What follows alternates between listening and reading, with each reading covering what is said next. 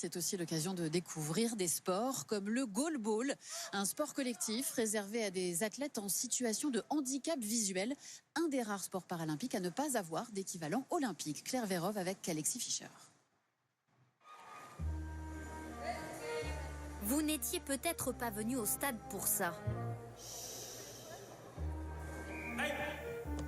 Un silence de cathédrale. Mais ne vous leurrez pas.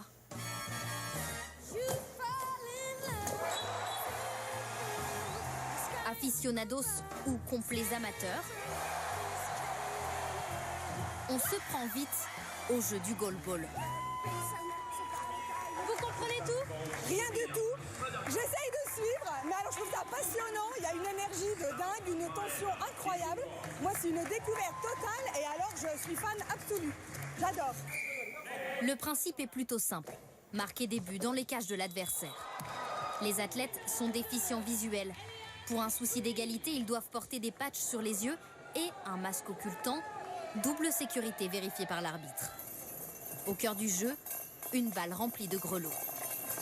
Là, vous l'entendez relativement bien, mais quand elle est à 18 mètres, par exemple, qui fait la taille du terrain de goalball, c'est différent. On entend beaucoup moins et puis elle arrive très vite. Elle arrive très vite, hein, ça peut dépasser les 50 km/h. Alors le silence est d'or et contribue même au spectacle. Ça fait pas bizarre un stade en silence comme ça?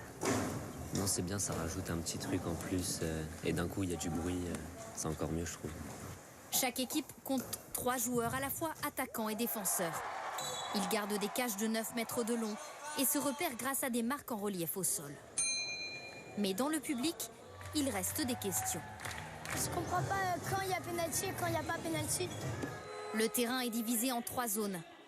Une pour chaque équipe et au milieu une zone neutre. Pour que le point compte, la balle doit rebondir 2 fois avant la zone de l'adversaire. Ici, c'est bon. Là, il y a faute. Pénalty pour la France, contre un seul gardien.